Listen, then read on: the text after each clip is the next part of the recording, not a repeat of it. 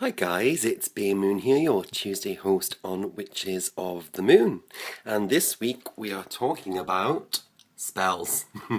Hints and tips for writing spells. So you can see I've got a veritable assortment of things here on my my desk. And I just wanted to talk to you really. Myself and my spell work has evolved a lot over the years.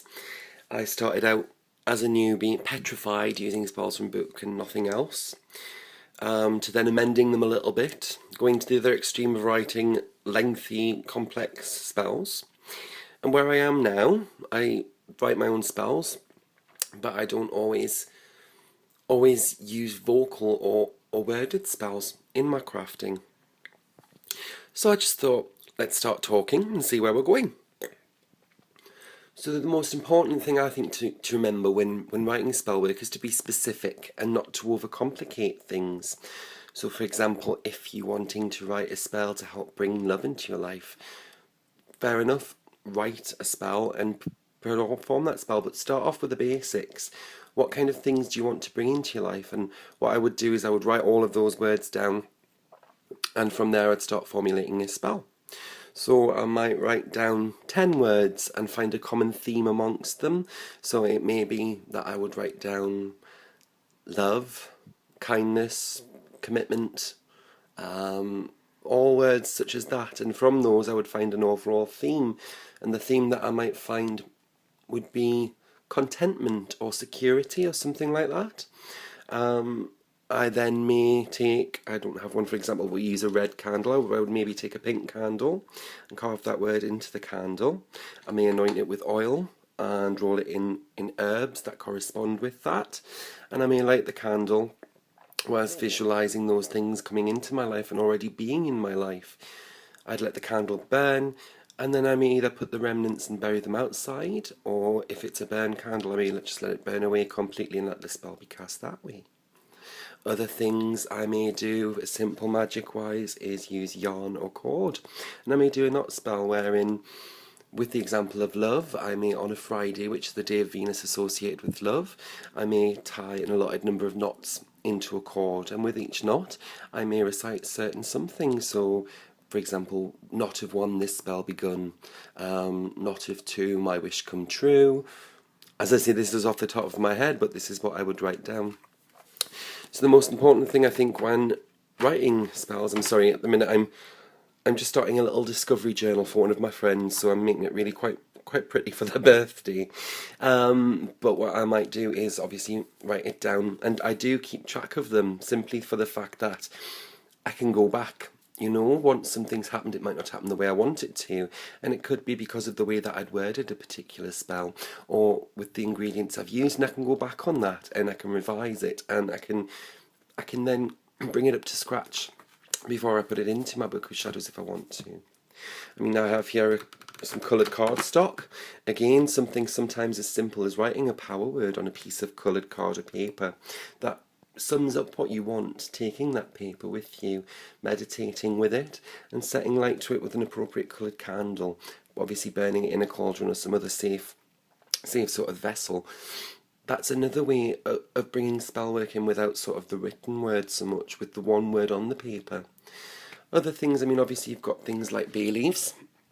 Writing wishes on bay leaves is well practiced throughout pagan and Wicca, witchcraft, any sort of magical craft, where you'd write the spell on the bay leaf and burn the bay leaf to send your wish out there and bring it back to you again. Or, I mean, I create things such as salves to draw things to you, where I will pop the appropriate herbs into some skin-safe oil, obviously skin-safe herbs.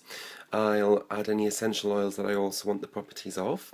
I'll pop the herbs into the oil and put them in a double boiler and let them infuse, and heat them for sort of 30 minutes to an hour. I'll then refresh the herbs with the new lot and do the same again, and then I'll let them cool in a jar, and I'll let them cool for a couple of days, shaking the jar continuously. When I see it, I'll then add the essential oils and strain.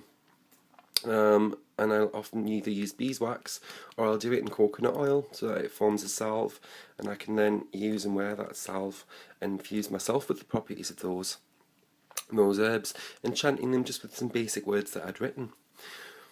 With regards other forms of spell work, I mean, something as simple as filling small vials, I mean these were I think 6 for £1, with a collection of herbs, stones, anything of that personally resonates with your wish for you, carrying them with you or leaving them in your property if it's, say, a protection spell, burying it under the doormat, you know.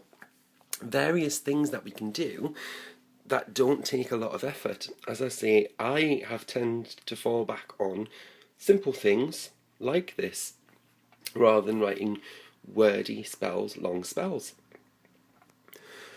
If I were wanting to write a spell, again, I'd start with my purpose and I'd think about what that meant to me. So taking the example of a money spell, for example, I'd think of all the things that meant abundance and richness, good job, a nice car, good food, fine wine, all of those things that in my head meant money and richness and abundance. And I'd start off with that, so I'd start writing those down.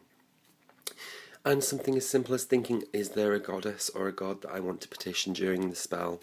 So I may start off with that. I mean, my matron is Hecate, and I often include her in my spell works. If it's a simple spell for something like money or I don't know, bringing abundance into your life, bringing love into your life, I tend not to. I tend, as I say, to use a more simplistic version, often without words. But if it's a spell where I feel requires a lot more punch, then I will petition her. So I'll often start with, "Oh, Great Mother," or something along those lines that it's personal to me and it reflects my relationship with my goddess. So from there, I'll then look at what I want. As I say, in the case of prosperity, there are many spells out there that you could use and adapt. But if I was writing from scratch, I would start off with perhaps descriptive words of the affluence that I was looking at before. So, "Oh, Great Mother, bring to me." Riches so that I may see, or just looking at those rhyming couplets, because the way that a spell is spoken, the rhyme and the meter and the rhythm to it is like the beating of a drum, and it changes the vibrations of the energy in the atmosphere around you that are directing your spell out there. So I think the rhyming verse and metered couplets and the way that a spell is written can certainly enhance a spell as it directs its energy. A good way to look at it, if you really are struggling, is perhaps to look into a thesaurus.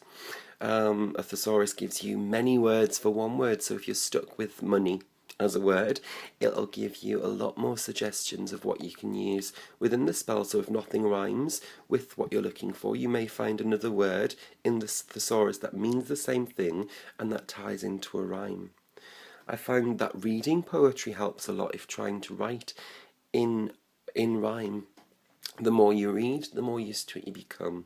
Also reading other people's spells and how they've written them, the way that they structure them, starting off with their intent and purpose, how they want it to come about, how long it takes, how you would like it to take to come about, and then at the end a blessing, a thanking, or sort of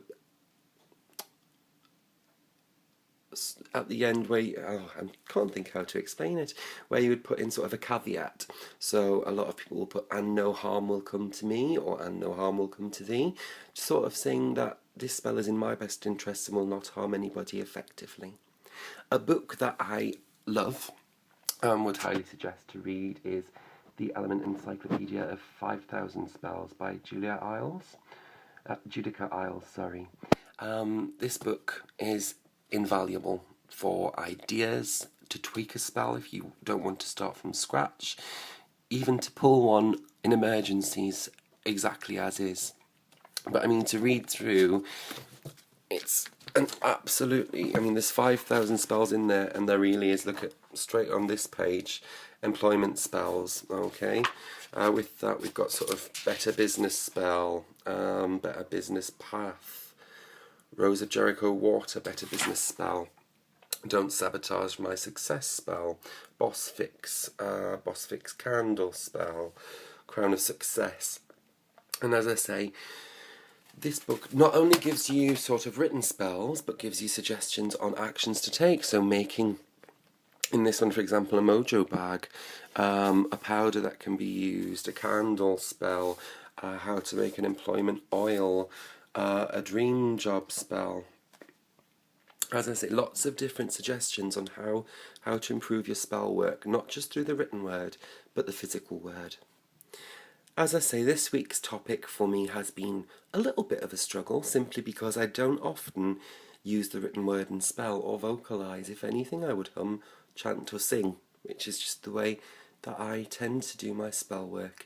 I use the practical actions of making or crafting something, a spell or charm, and visualise in order for me to bring that forth into fruition. I hope you've enjoyed it anyway, guys. If you haven't subscribed to the channel anyway, please do. There are lots of fantastic witches on this channel giving fantastic advice. And for now, blessed be.